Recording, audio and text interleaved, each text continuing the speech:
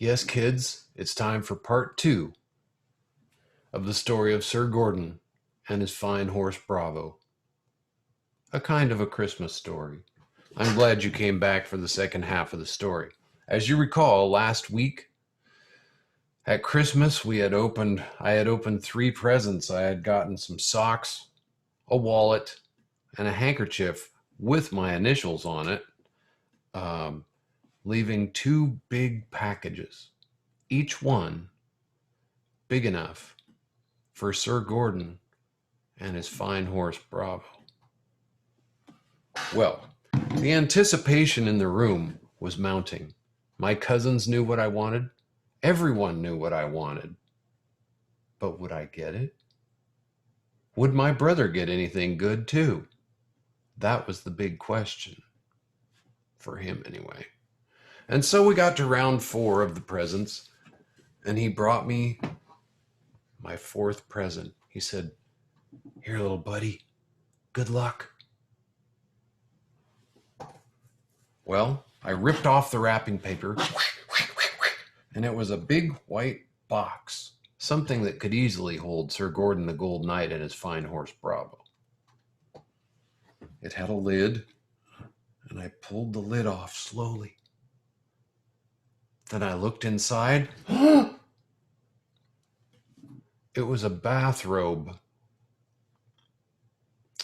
a light blue bathrobe. Gotta love that.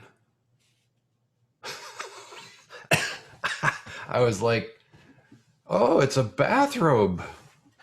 Awesome. Always need one. My brother got a bathrobe too. His was green. That left that one last box. Even my cousins had gotten some kind of cool presents, like board games and stuff like that. Me and my brother were really having a pretty pathetic Christmas from a present standpoint. We were putting a good face on it. Awesome. Yeah. But it wasn't working that well as we got to the last round of presents. He brought me my last present, a big box. He said, "Here, stupid. Good luck. Thanks." I slowly peeled the wrapping paper off, and there it was, another white box. Easily big enough, but it held my dreams inside. Dreams of vengeance, medieval violence. Well, slowly I pulled the lid off as it made the sucking noise that those lids make when you pull them up. I threw it back, and there inside was a sweater. It was red, and it had a reindeer on it. No, I'm serious. I nearly cried. I would never wear that sweater. Well, my mom would probably make me wear it a few times. My brother, he got a green one with a Christmas tree on it. Well, my cousins all greeted that present with a kind of an awkward silence, like, oh. And then everybody just sort of left. See ya. Merry Christmas. Huh. Yeah, awesome. Enjoy those board games. This sweater's gonna be fun.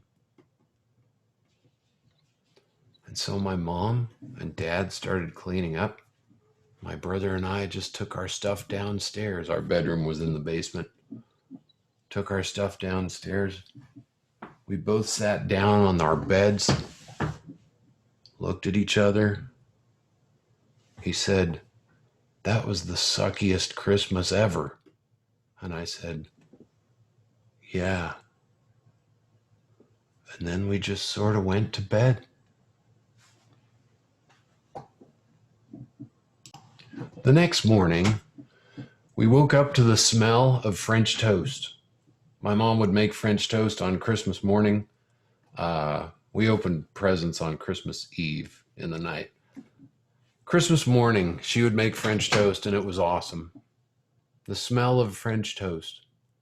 And I got up, and I put on my new bathrobe, and I went upstairs. And my brother and I thoroughly enjoyed French toast. You put some butter on it, and then you put some peanut butter on it. I'm just telling you. And then you put some syrup on it. It's the best thing ever. I can't eat it now because I am no longer a child.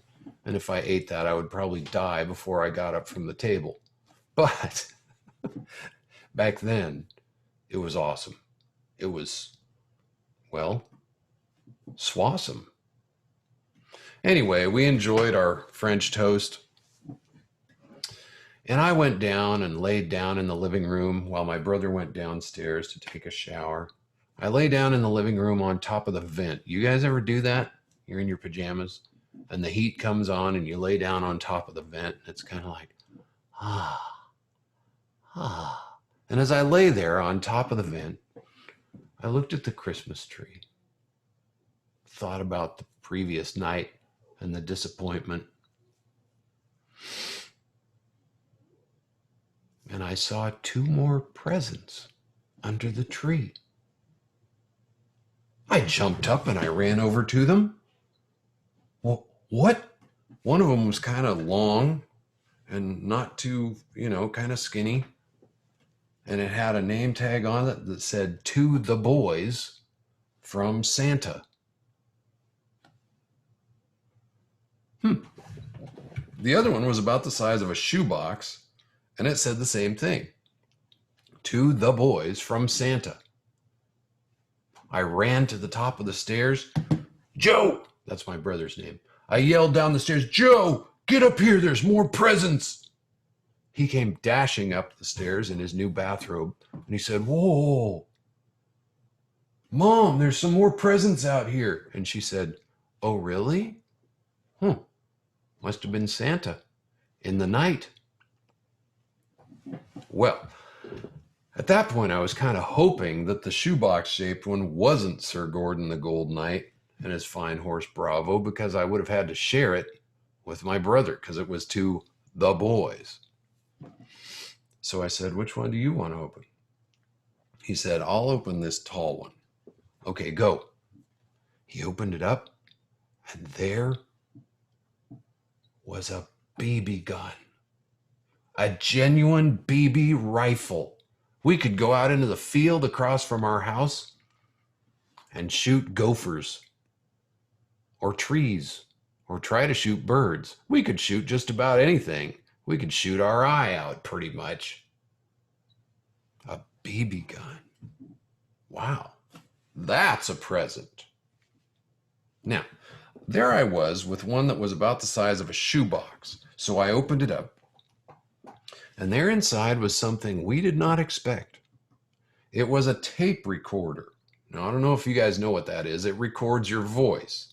And it had cassette tapes with it, little things that you stuck in it. And it had a microphone. And you could record yourself. Like, I don't know, you talked into the microphone and it would record you. And we thought, well, what kind of a present is that? I mean, it looked pretty fun and interesting, but that's not your typical present for a couple boys. By the way, I was in like 3rd grade. My brother was in 7th grade.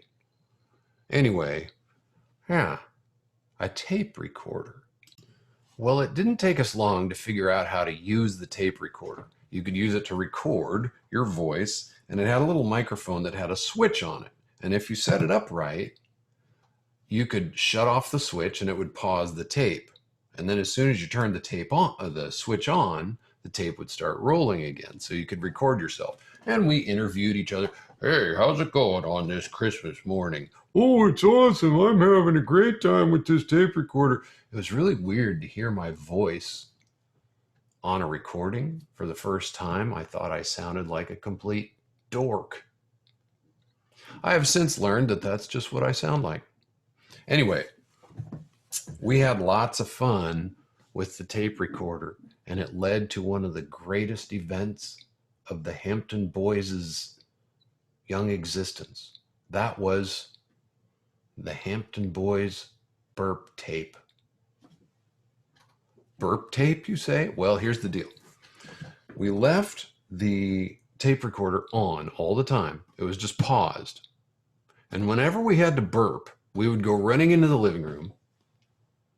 We would turn on the switch on the mic and burp into it. Then we would shut it off immediately, and it would just sit there and wait for the next burp. And my brother would run in and record a burp and then shut it off. So there was really no pause between the burps.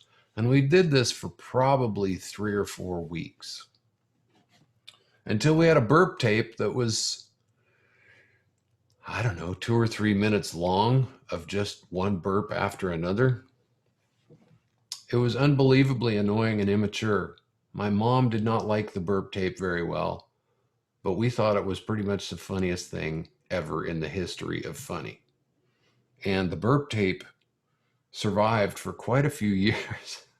If you were ever feeling down, you just put in the burp tape, and it fixed everything. Now, that's to say nothing of the fun we had with the BB gun, which was really fun because we had that giant field across from our house, and it was fun for years. So I guess the moral of the story is this. You don't always get what you want, but sometimes there's somebody who knows what you need. I think the Rolling Stones did a song kind of like that, didn't they? Epilogue. That means the little writing that comes after the story is technically over. You're probably wondering what did I ever get Sir Gordon the Gold Knight? This is not the original. This is a cheap one that I found on eBay. And I couldn't get his horse on eBay. Yes, I did. I can't remember why. What the occasion was, but I did sometime in the next 2 or 3 months get Sir Gordon the Gold Knight. I might have gotten some money from someone for Christmas and spent it on that. By then, I had also discovered that my really weird friend Jeff, who lived on our block too, he had a gold knight. You know what that means? We teamed up. There came a day, probably in January or February, where I walked down the street, solemnly holding Sir Gordon the Gold Knight and his fine horse Bravo, clad for battle, armed to the teeth. I knocked on Jeff's door, and without a word, he knew it was on. He grabbed his gold knight and his fine horse Bravo, and we walked toward Todd and Scott's house for the final battle, the greatest battle of our block. We knocked on their door. Their mom said, "Oh, hi, boys. What's up?" "I believe you know what's up." "Oh." "Todd, Scott, the boys are here." They ran up the stairs. "Hey, you guys, what do you do?" It was on like Donkey Kong. Solemnly, we all marched downstairs, prepared the knights for battle. And then came the insults. "You are a bad-smelling person. You are uglier than my little sister. Oh, I will rip out your spleen. I will feed it to you. Ah." There was a lot of that. After about 10 minutes of hurling insults, we finally decided it was time to get to fighting. The 4 horses slammed together. Armor, weapons, helmets went flying. Everything went flying. And then we argued for a really long time about who would have won and who was dead and who was still alive, or how much alive they still were. We argued for probably 15 minutes. Finally, Todd and Scott's mom came and said, "Boys, get out of the house." "But Mom, we haven't figured out." "Get out of the house." And so we packed up our nights and walked out of the house. And then we returned to playing football and calling the local girls names. And everything went happily ever after. And that is the story of Sir Gordon the Gold Knight and his fine horse, Bravo. I hope you have enjoyed it, and I hope you have a good Christmas too. Don't get your expectations up. Sometimes the most disappointing presents are the best.